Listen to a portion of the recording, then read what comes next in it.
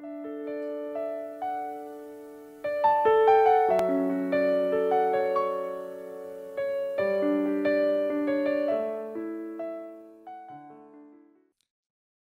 9장 14절에서 17절에 있는 말씀 우리 한 목소리로 읽겠습니다.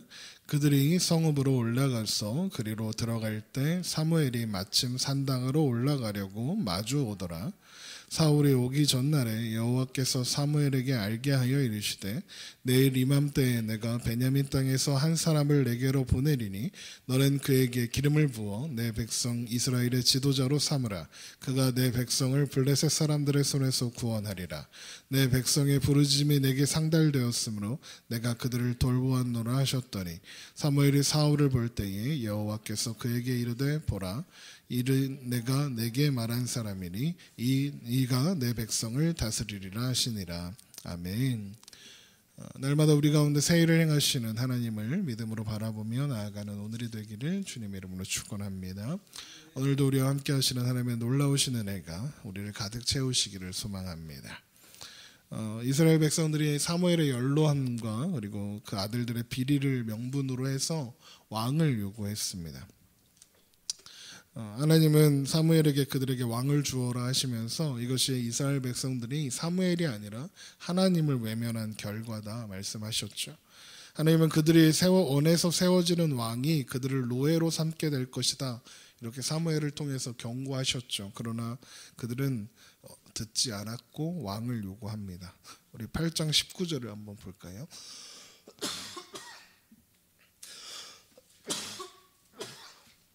8장 19절을 한번 보세요. 백성이 사무엘 말 듣기를 거절하여 이르되 아니로소이다. 우리도 우리 왕이 있어야 하리니 우리도 다른 나라들 같이 되어 우리의 왕이 우리를 다스리며 우리 앞에 나가서 우리의 싸움을 싸워야 할 것이니이다 하는지라. 지금 이 말로 사무엘의 연로함 또 그 아들들의 비리가 왕을 구하는 핑곗거리에 지나지 않았다는 것이 증명되는 순간이었습니다. 하나님께서 구별하셔서 세우신 나라, 열방 가운데 구별된 민족으로 구별된 나라로 만국과 열방 중에서 하나님의 백성으로 구별되어 살아야 하는, 그래서 하나님을 의지하고 하나님만을 왕으로 모시고 하나님의 주권으로 인하여서 다스리시는 그 나라에서 영원한 자유와 또 영원한 기쁨과 평화를 누려야 하는 이스라엘이 지금 다른 나라들처럼 되기 원한다라고 말하고 있는 것입니다. 그들이 바라는 왕의 모습을 보면 나가서 싸울 왕이라고 하였습니다. 그들이 전쟁에서 싸울 왕을 구하는 이유는 뭐 때문이겠습니까? 불신 때문입니다. 이기고 지는 것이 하나님의 주권에 달려있음을 신뢰하고 하나님만을 바라보고 나아가면 하나님은 이스라엘 백성들을 반드시 이기게 하셨습니다. 그런데 자기들 마음대로 하면, 그래서 자기들 마음대로 자기들 계획으로 나가서 싸우면 하나님이 그냥 내버려 두셨고 그래서 지게 되었습니다. 승리를 허락하지 않으셨죠. 그래서 이스라엘 백성들 입장에서 하나님은 불안했던 겁니다. 이랬다가 저랬다가 하는 것처럼 보이니까요. 백성들이 보기에 하나님은 어떨 때는 이기게 하시고 어떨 때는 지게 하는 분이었던 겁니다. 그래서 이스라엘 백성들은 언제나 이기게 해줄 왕이 필요했습니다. 그런데 하나님이 어떤 때는 이기고 어떤 때는 지고 그러시는 분입니까? 아니죠. 당연히 아닙니다. 하나님은 언제나 승리하셨습니다. 백성들에게 하나님께서 패배를 허락하셨던 것은 언제나 하나님께서 그들을 징계하시고 고쳐서 하나님의 백성으로 온전하게 하시기 위함이지 이스라엘 백성들을 망하게 하시기 위함은 아니었었죠. 그래서 게다가 하나님은 부모가 자녀를 회초리로 친 다음에, 자녀를 훈육한 다음에 회초리를 부러뜨리는 것처럼 회초리로 사용했던 이스라엘의 대적들을 반드시 응징하셨습니다. 그리고 이스라엘이 돌이킬 때 반드시 이기게 하시는 하나님이셨습니다. 이스라엘의 역사 속에서 한 번도 그렇게 하지 않으신 적이 없었죠. 그러면 이스라엘 백성들이 고민할 필요가 있습니까? 그저 하나님만을 왕으로 모시고 살면 되는 거죠. 어디로 가든지 이기게 하시는 하나님께서 그들의 왕이 되어주시고 그들을 인도하셔서 온전한 자유와 평안과 기쁨을 누리며 살 수 있을 테니까요. 그런데 지금 이스라엘 백성들이 다른 나라들처럼 왕을 달라 합니다. 그 왕들과 하나님이 뭐가 다를까요? 하나님은 언제나 자기 백성들을 온전한 자기의 백성 되게 하시기 위해서 일하셨습니다. 그래서 고난도 허락하셨죠. 그런데 다른 나라의 왕들은 언제나 자기를 위해서 일합니다. 적이 들어오면 무조건 나가 싸울 수밖에 없습니다. 백성들의 보기에는 그들이 백성을 지키기 위해서 나가 싸우는 것 같지만 결국에 자기 거 지키려고 나가서 싸우는 거잖아요. 왕들이 왜 나가서 열심히 싸웁니까? 자기 거 지키려고 하는 겁니다. 그런데 백성들은 이랬다 저랬다 하는 하나님은 필요 없고 차라리 자기 나라를 지키기 위해서 적이 쳐들어오면 무조건 나가서 싸우고 최선을 다해서 지키고자 하는 다른 나라의 왕들 같은 그 왕이 더 좋아 보인다 이러는 겁니다. 사실 미련한 짓도 이런 미련한 짓이 없는 겁니다. 하나님 뜻대로 살기 싫어서 지옥 가겠다라 이렇게 하는 거랑 똑같은 거거든요. 소탐대실로는 표현되지 않는 소탐대실이죠. 이런 말이 딱 맞아요. 이스라엘 백성들의 상태를 사사기에서 뭐라고 했죠? 이스라엘의 왕이 없으므로 사람이 각기 자기의 소견에 옳은 대로 행하였더라 하였잖아요. 딱 그 꼴이죠. 자기들에게 유익이 뭔지는 모르고 마음대로 그저 살겠다고 바둥바둥 치면서 진짜 왕이신 하나님을 버리고 화를 자초하고 있는 길로 가고 있는 겁니다. 그래서 하나님께서 왕을 주시기로 하시고요. 이제 왕이 등장합니다. 그렇게 등장하는 왕이 사울입니다. 사실 하나님은 이스라엘 백성들이 왕을 구하시는 것을 기뻐하지 않으셨죠.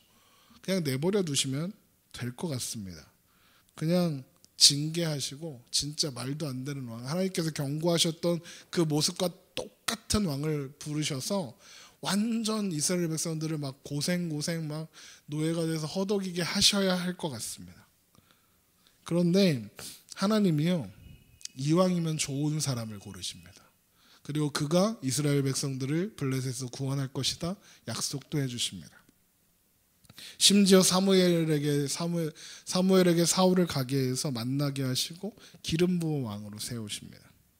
오늘 본문의 말씀이 16절에 보면 내일 이맘때에 내가 베냐민 땅에서 한 사람을 내게로 보내리니 하셨죠. 하나님이 보내셨어요. 사울을 고르셔서 사무엘에게 보내신 거예요. 그에게 기름을 부어 내 백성 이스라엘의 지도자로 삼으라. 그가 내 백성을 블레셋 사람들의 손에서 구원하리라. 내 백성의 부르짖음이 내게 상달되었으므로 내가 그들을 돌보았느니라. 하나님이 그럼에도 불구하고 내 백성을 사랑한다. 내가 그들을 돌보기 원한다. 그래서 좋은 사람 뽑았다. 이렇게 말씀하시는 거죠. 그리고 사무엘이 사울을 딱 볼 때 못 알아볼까 봐 하나님이 그러시죠. 17절 보세요. 사무엘이 사울을 볼 때 여호와께서 그에게 이르시되 보라 이는 내가 내게만 한 사람이니 이가 내 백성을 다스리리라. 사울이요, 하나님이 선택한 왕이에요. 저 같으면 이 이스라엘 바보 같은 이 고집 앞에서 그래 니들 마음대로 한번 살아봐라. 그래 내가 너 이제 신경 쓰나 봐라 이럴 것 같은데 하나님이 이 모든 일을 이루어가고 계시는 거예요. 이 말씀을 보면서 이해가 안 되는 거, 하나님이 왜 이러시는 걸까? 하나님이 왜 뭐가 이뻐갖고. 오늘 우리가 살펴보려는 건 사울이 어떤 사람이었나 한번 살펴보려고 합니다. 그러면 하나님께서 왜 이런 일을 행하시는지 알게 됩니다. 사울은 이렇게 소개되고 있어요. 9장 1절 한번 보세요. 9장 1절 베냐민 지파에 기스라 이름하는 유력한 사람이 있으니 그는 아비엘의 아들이요 스올의 손자요 베고라의 증손이요 아비아의 현손이며 베냐민 사람이더라. 기스에게 아들이 있으니 그의 이름은 사울이요. 이렇게 시작하죠. 그러니까 지금 이제 사울의 집안 배경을 말했는데 일단 그가 베냐민 지파래요. 그리고 베냐민 지파에 있는 유력한 사람 기스의 아들이래요. 그런데 왜 베냐민 지파가 왕으로서 더할 나위 없이 좋은 지파냐면요. 베냐민 지파가 사사기 말미에 거의 멸족당했어요. 왜냐하면 그 레위인의 첩을 이렇게 그 성폭행하고 죽인 일 때문에 그 레위인이 이제 그 나머지 11지파에 편지를 보내서 이제 얘네들 복수해야 된다 이러니까 11지파가 와서 베냐민 지파 공격해하고 거의 죽게 되거든요. 그리고 이제 결단을 하죠. 이제 베냐민 지파한테 시집 보내지 말자. 막 이렇게 결단도 해요.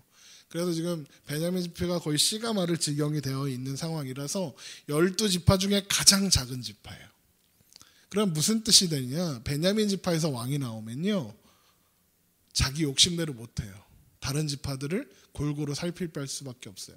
만약에 제일 큰 지파였던 에브라임 지파에서 왕이 나오면 어떻겠어요? 지들 지파부터 챙길 거 아니에요.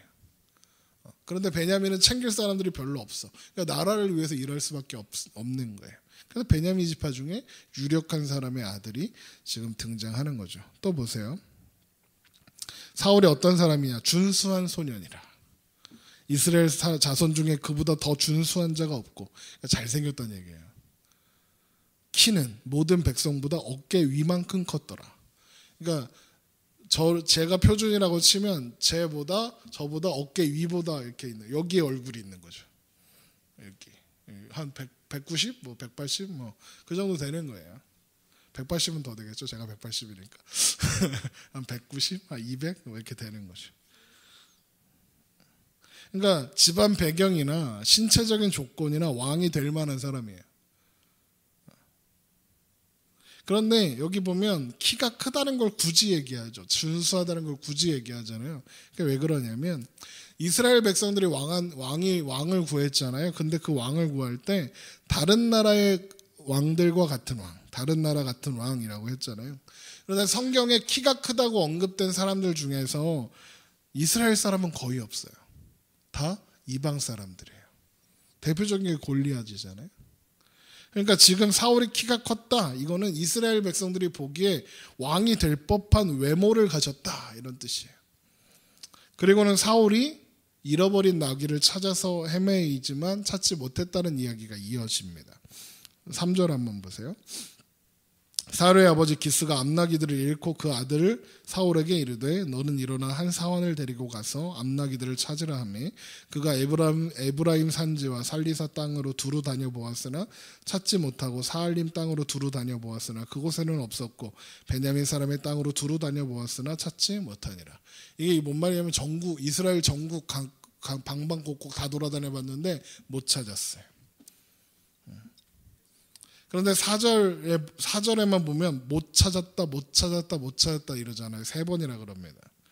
여기서 길 잃은 나귀들의 모습이 뭐냐면 길 잃고 헤매고 있는 이스라엘 백성들이고, 그리고 이제 사울이 길 잃은 나귀들을 찾지 못하잖아요. 그럼 무슨 말이냐? 사울이 나귀를 못 찾는 건 하나님께서 사울을 사무엘과 만나게 하시기 위한 계획이 있으셨기 때문에 그렇게 헤매야 되는 거예요. 그런데 그 사울의 모습을 보면서, 잃어버린 나귀를 찾지 못하는 그 사울의 모습을 보면서 우리가 무슨 생각을 할 수 있냐면 길 잃은 이스라엘 백성들이 사울에게서 길을 찾지 못한다는 뜻이기도 한 거예요.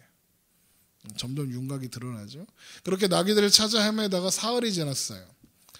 사울이 사원과 숲이라는 땅에 도착을 합니다. 5절을 보세요. 그들이 숲 땅에 이른 때에 사울이 함께 가던 사원에게 이르되 돌아가자. 내 아버지께서 암나귀 생각은 고사하고 우리를 위하여 걱정하실까 두려워하노라. 이렇게 하죠. 사울이 나귀를 찾아 나선 이유가 뭡니까? 아버지가 명령해서 그것에 순종해서 찾아온 지금 상황이었죠. 그래서 최선을 다해서 나귀를 찾고 또 찾았습니다. 그런데 그때 못 찾았죠. 그런데 그때 지금 사울이 무슨 걱정합니까? 잃어버린 나귀가 아니라 아버지를 걱정하죠. 혹 아버지가 나귀도 잃어버리고 아들도 잃어버렸을까 봐 걱정하시겠다. 일단 돌아가자 그러는 겁니다. 그러니까 사울이요, 부모를 공경하는 효자라는 것도 알 수 있어요.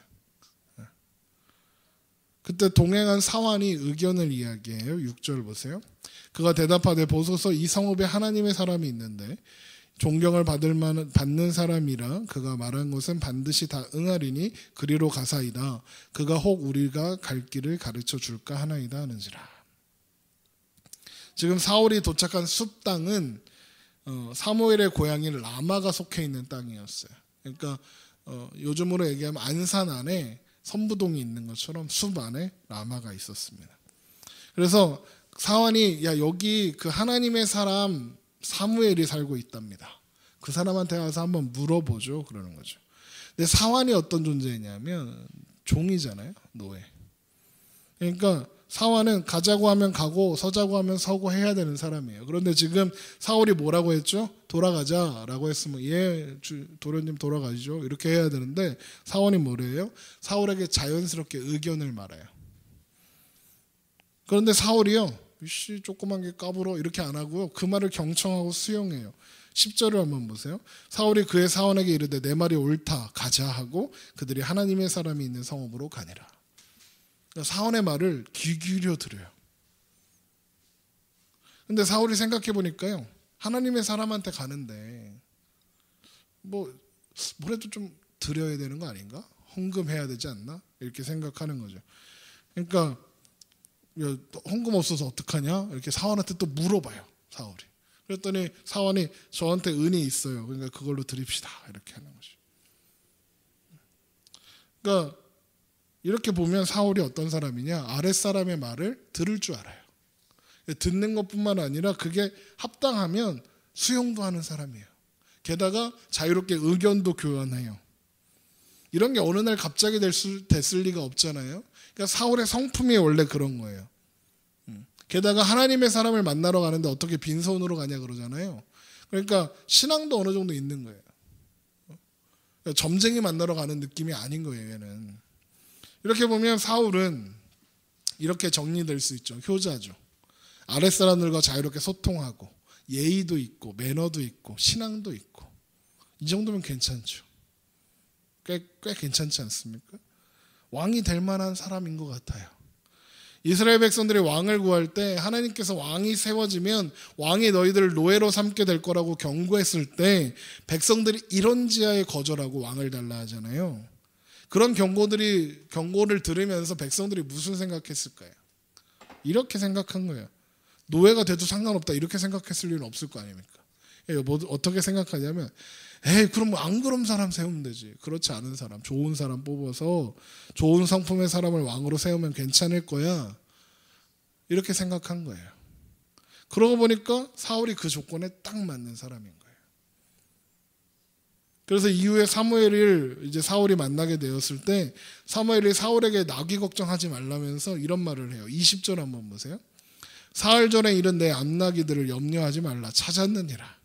온 이스라엘이 사모하는 자가 누구냐? 너와 내 아버지의 온 집이 아니냐 하는지라.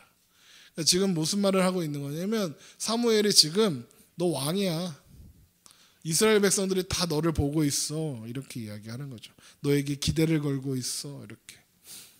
그래서 사울이 뭐라고 합니까? 21절 보세요. 사울이 대답하여 이르되 나는 이스라엘 지파의 가장 작은 지파 베냐민 사람이 아니니까, 또 나의 가족은 베냐민 지파 모든 가족 중에 가장 미약하지 아니하나이까 당신이 어찌하여 내게 이같이 말씀하시나이까. 아까 9장 1절에 뭐라고 했죠? 베냐민 지파의 유력한 집 자손이에요. 그런데 지금 사울이 뭐래요? 저는 그런 사람이 아니에요, 이러잖아요. 이런 걸 그 두 글자로 뭐라고 하죠? 겸손이라고 해요. 그러니까 봐봐요. 효자에 아랫사람들하고 자유롭게 소통하고 잘 듣고 막 매너도 있고 신앙도 있고 겸손하기까지. 그리고 베냐민 지파야.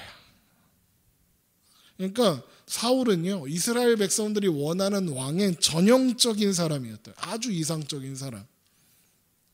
그래서 사무엘이요, 그런 사울을 왕의 자리로 끌고 갑니다. 그래서 22절에 이렇게 이어져요.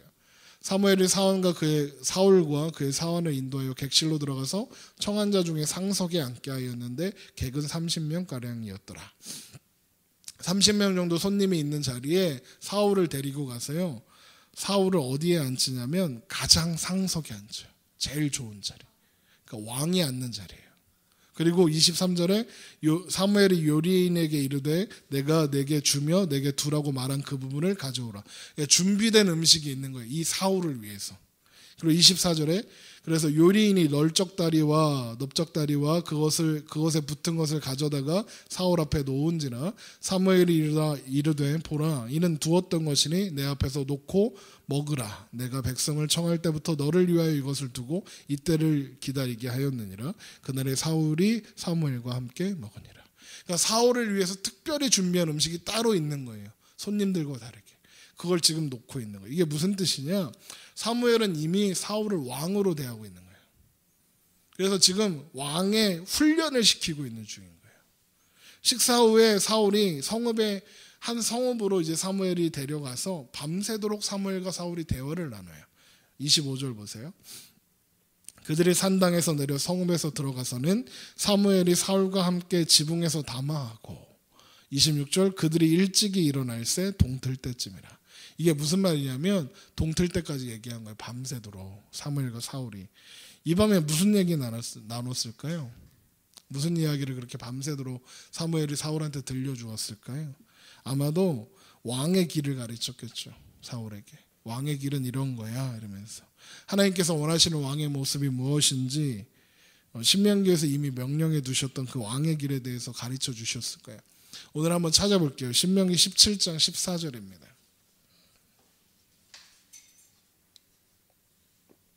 신명기 17장 14절.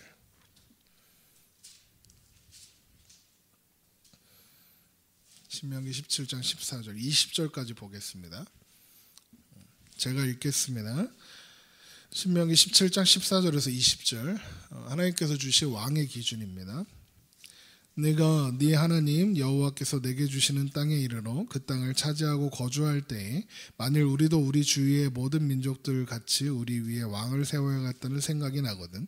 반드시 내 하나님 여호와께서 택하신 자를 내 위에 왕으로 세울 것이며 내 위에 왕을 세우려면 내 형제 중에서 한 사람을 할 것이요 내 형제 아닌 타국인을 내 위에 세우지 말 것이며 그는 병마를 많이 두지 말 것이요 병마를 많이 얻으려고 그 백성을 애굽으로 돌아가게 하지 말 것이니 이는 여호와께서 너희에게 이르시를 너희가 이후에는 그 길로 다시 돌아가지 말 것이라 하였으며 그에게 아내를 많이 두어 그의 마음이 미혹되게 하지 말 것이며 자기를 위하여 은금을 많이 쌓지 말 것이라.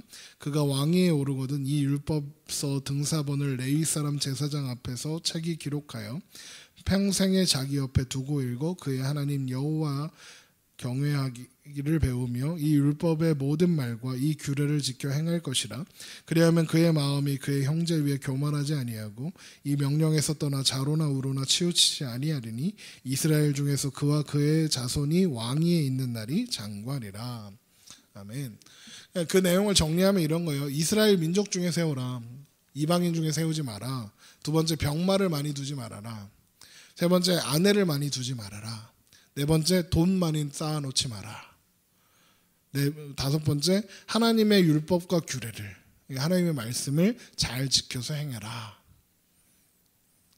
이스라엘 아닌 이방인 중에 왕을 세우면 어떻게 될까요? 이방인 중에 왕이 세워진다는 건 무슨 뜻일까요? 그러니까 대단히 뭔가 특출나야 할 거 아닙니까? 이 민족들을 이스라엘 민족이 아닌 사람 중에 뽑히려면 아주 되게 막 훌륭하고 막 이런 사람이어야 할 거잖아요. 그러니까 그런 사람은 하나님 아니라 자기 자신의 능력을 의지할 거란 말이죠. 그래서 하나님은 하나님을 믿는 이스라엘 중에서 뽑아야 한다고 말씀하시는 거죠. 또 병마를 많이 두지 말라 하셨는데 이게 뭐냐면 그러면 병마가 뭐냐면 군대잖아요. 군대를 많이 두면 하나님 의지 안 할 거라는 거죠. 군대 의지할 거라는 거죠. 또 아내를 많이 두지 말라. 이게 무슨 뜻이냐면 당시에 왕의 결혼은 사랑하는 여인과 결혼하고 이런 게 아니었잖아요. 이 결혼을 통해서 다른 나라들과 동맹 관계가 되고 그 나라들과 이게 화친을 맺기 위해서 결혼하는 거잖아요. 그래서 그 고려 시대의 태조 왕건의 부인이 200몇 명이었대잖아요. 그러니까 그런 것처럼 그 결혼을 통해서 다른 나라들을 의지하게 될 거다. 그러니까 아내를 많이 두지 말라 이렇게 얘기하는 거고 또 돈을 많이 쌓아놓지 말라는 얘기는 뭐겠어요? 돈 의지하지 말라는 얘기죠. 그러면서 하나님 말씀 잘 지켜 행하라 이렇게 하시죠. 그러니까 한마디로 하나님께서 기뻐하시는 왕의 길은 하나님만 바라보고 가는 길이에요. 하나님만 신뢰하고 가는 길이에요. 그러면 어떻게 되시겠냐? 신명기 17장 20절 그리하면 그의 마음이 그의 형제 위에 교만하지 아니하고 이 명령에서 떠나 좌로나 우로나 치우치지 아니하리니 이스라엘 중에서 그와 그의 자손이 왕위에 있는 날이 장구하리라. 길 것이다. 하나님만 의지하고 신뢰하는 왕이 영원히 왕으로서 살 것이다. 하나님께서 그 왕위를 견고하게 하시고 이스라엘 백성들을 오랫동안 평안하게 하실 것이다. 이렇게 말씀하시는 거죠. 그렇게 하나님은 밤새도록 사무엘을 통해서 사울을 가르치셨어요. 이런 게 왕이야 라고. 그리고 그 다음날 사울에게 기름을 부어서 이스라엘 지도자 왕이 되게 하시는 거죠. 물론 사울이 백성들 앞에 왕으로 등장하게 되는 것은 이제 10장까지 가야 돼요. 10장까지 후반부에 가야 되고 그리고 10장에서는 일부 몇 사람들이 야 저게 무슨 왕이야 이런 사람들이 있거든요. 그런데 이제 모든 사람들이 사울을 왕으로 인정하게 되는 게 11장 가서예요. 그런데 지금 하나님은 이미 사울을 왕으로 세우신 거죠. 자, 우리가 이제까지 살펴본 사울의 모습은 어떻습니까? 꽤 괜찮은 사람이죠.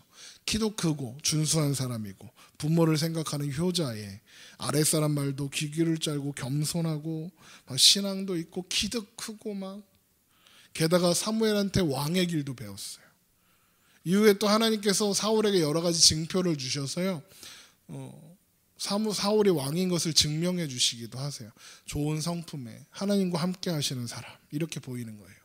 이런 사울이었으니 이스라엘 백성들이 보기에 왕이 되기에 부족함이 있었겠습니까? 부족함이 없는 거예요. 더할 나위 없이 좋은 사람이에요. 사울은 인간들이 보기에 좋은 왕이에요. 사무엘을 통해서 하나님께서 하셨던 그 견고를 걱정 안 해도 될 만한 인물이었던 거예요. 어떻게 이런 사람을 찾아냈을까요? 하나님께서요, 꼭 그런 사람을 골라 세우셨어요. 하나님 백성들이 생각하는, 백성들이 이상적이라고 생각하는 왕의 조건을 모두 갖춘 왕을 세우셔서 말씀하시려는 게 있는 거예요. 그래서 하나님께서 이 모든 일에 개입하시는 거예요. 우리가 모두 알고 있는 것처럼 사람의 조건에 100% 맞는 이 사울이 어떻게 됩니까? 실패하죠. 왜 실패합니까? 하나님의 기준과 사람의 기준은 다르기 때문입니다. 사무엘상 16장 7절에서 하나님께서 다윗을 세우시잖아요. 그때 하나님께서 이런 말씀을 하세요. 여호와께서 사무엘에게 이르시되 그의 용모와 키를 보지 말라. 내가 이미 그를 버렸노라.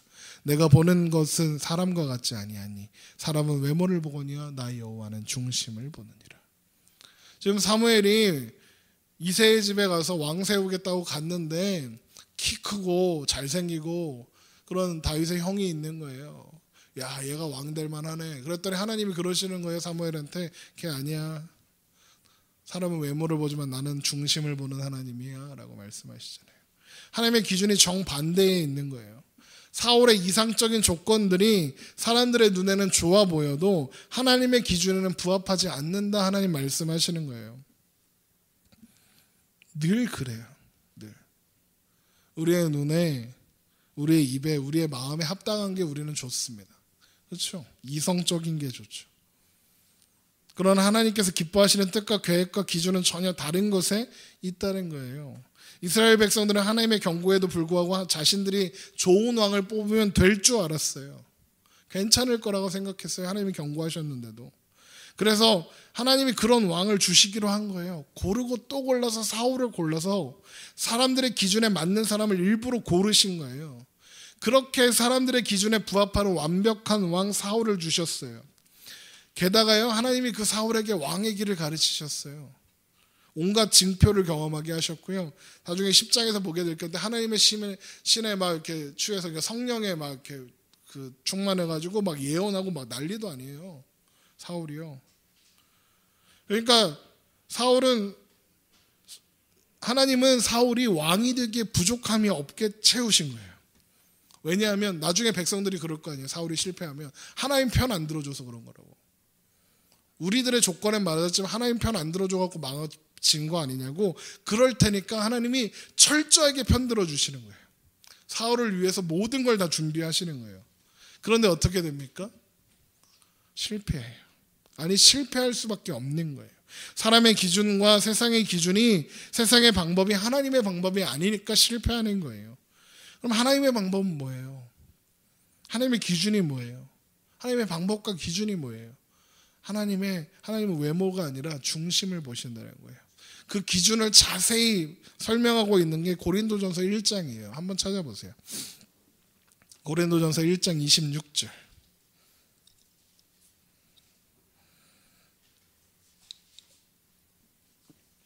고린도전서 1장 26절, 29절까지 봅니다. 고린도전서 1장 26절. 형제들아, 너희를 부르심을 보라. 육체를 따라 지혜로운 자가 많지 아니하며 능한 자가 많지하며 문벌 좋은 자가 많지 아니하도다. 그러나 하나님께서 세상에 미련한 것들을 택하사 지혜 있는 자들을 부끄럽게 하려 하시고 세상에 약한 것들을 택하사 강한 것들을 부끄럽게 하려 하시며 하나님께서 세상에 천한 것들과 멸시받는 것들과 없는 것들을 택하사 있는 것들을 폐하려 하시나니 이는 아무 육체도 하나님 앞에서 자랑하지 못하게 하려 하심이라. 하나님께서요, 미련하고 부족하고 천하고 약한 자를 선택하셔서 똑똑하고 강하고 능력 있고 돈 있다고 뻐기는 자들을 부끄럽게 하시겠대요. 이게 하나님이 일하시는 방식이에요. 하나님께서 일하시는 방식은 우리의 지혜와 우리의 힘과 우리의 조건과 우리의 자격으로 일하는 것이 아니라 오직 하나님의 은혜로 일하시기 원하는 거예요. 하나님께서 그 모든 일을 이루시기 위해서 찾아오세요. 그렇게 찾아오신 분이 누구십니까? 그 아들 예수 그리스도, 하나님이신 예수님께서 찾아오시는 거예요. 그래서 고린도전서 1장 3장에 1장 30절에 너희는 하나님으로부터 나서 그리스도 예수 안에 있다 하시는 거예요. 그 예수가 우리에게 어떻게 됐느냐? 예수는 하나님으로부터 나와서 우리에게 지혜와 의로움과 거룩함과 구원함이 되셨다. 하나님께서 우리에게 예수님을 보내셔서 우리의 지혜와 의로움과 거룩함이 구원함이 되게 되어주시기 위해서 오게 하셨대요. 예수님께서 우리의 지혜가 되셔서 우리의 죄인된 현실과 처지를 알게 하세요.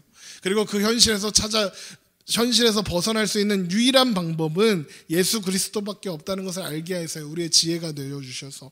그래서 하나님 예수님 앞에 나오면 예수님께서 십자가에 죽으셔서 우리의 죄를 사하셔서 우리를 의롭다 여기세요. 우리의 의로움이 되어주시는 거죠. 그리고 나서 우리를 의롭다 하신 다음에 그 다음에 이제 우리를 거룩한 하나님의 백성으로 세우시는 거예요. 그래서 거룩함이 되셨다. 그렇게 우리의 구원을 완성하시는 거예요. 그래서 구원함이 되셨다. 연약하고 미련해서 죄에서 죽을 수밖에 없는 우리를 구원하셔서 하나님 백성 되게 하시고 하나님으로 인해서 살고 하나님으로 인하여 영원한 생명을 누리는 존재, 하나님께서 그렇게 하시는 거예요. 우리는 늘 사람의 조건과 사람의 방법에 눈이 돌아가요. 저도 그래요. 그게 이성적이잖아요, 사실. 그게 현실적이고요. 그렇게 하면 잘 될 것 같아요. 이렇게 계획도 막 세우고 이렇게 하면 되겠다, 문제 없을 것 같다, 그게 더 지혜로운 길이다, 이렇게 생각해 보입니다.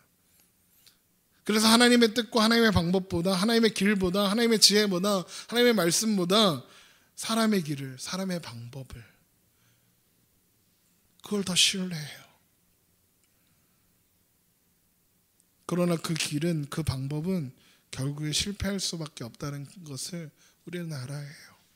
잠언서 16장 9절에 우리가 유명한 말씀이 있어요. 사람이 마음으로 자기의 길을 계획할지라도 그의 걸음을 인도하시는 이는 여호와시니라. 우리가 다 외울 만큼 유명한 말씀이잖아요. 사람들이 이 말씀을 어떻게 쓰냐?